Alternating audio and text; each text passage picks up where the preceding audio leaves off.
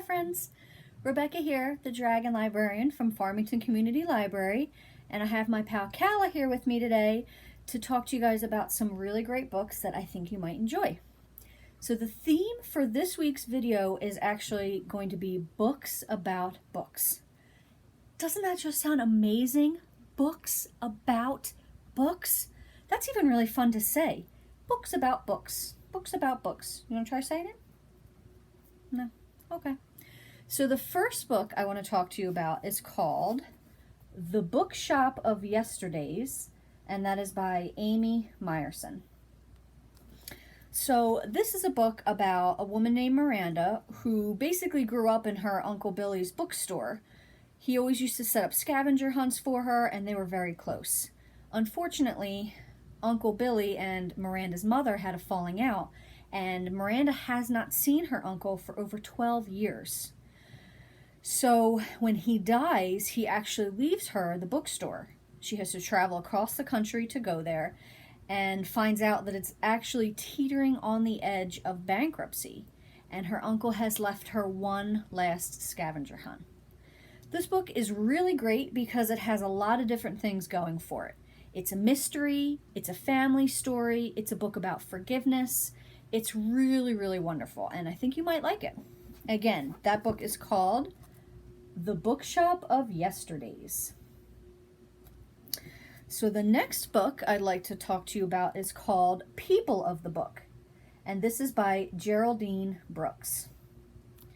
Now this book is about Hannah, who is a rare book expert, and she has just received the job of a lifetime.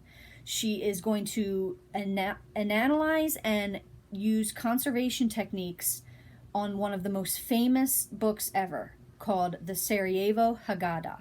Now this book is a priceless book because it's one of the earliest Jewish volumes that has ever been illuminated with images.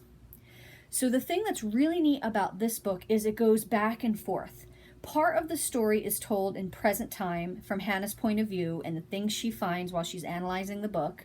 And the second part of the book actually follows the book itself's history from the early 1400s to modern times and shows you the different people that owned it, what the book went through in terms of different wars and almost getting destroyed, and it is amazing. And as a little side note, this book is actually the inspiration for me to when I actually minored in archival studies in library school because of this book. So it's really such a great read. It's a historical fiction. It has so many great things in it that you can learn. And again, that is called The People of the Book. So lastly, I'd like to talk to you about this book, which is called The Storied Life of A.J. Fikry. And that is by Gabrielle Zevin.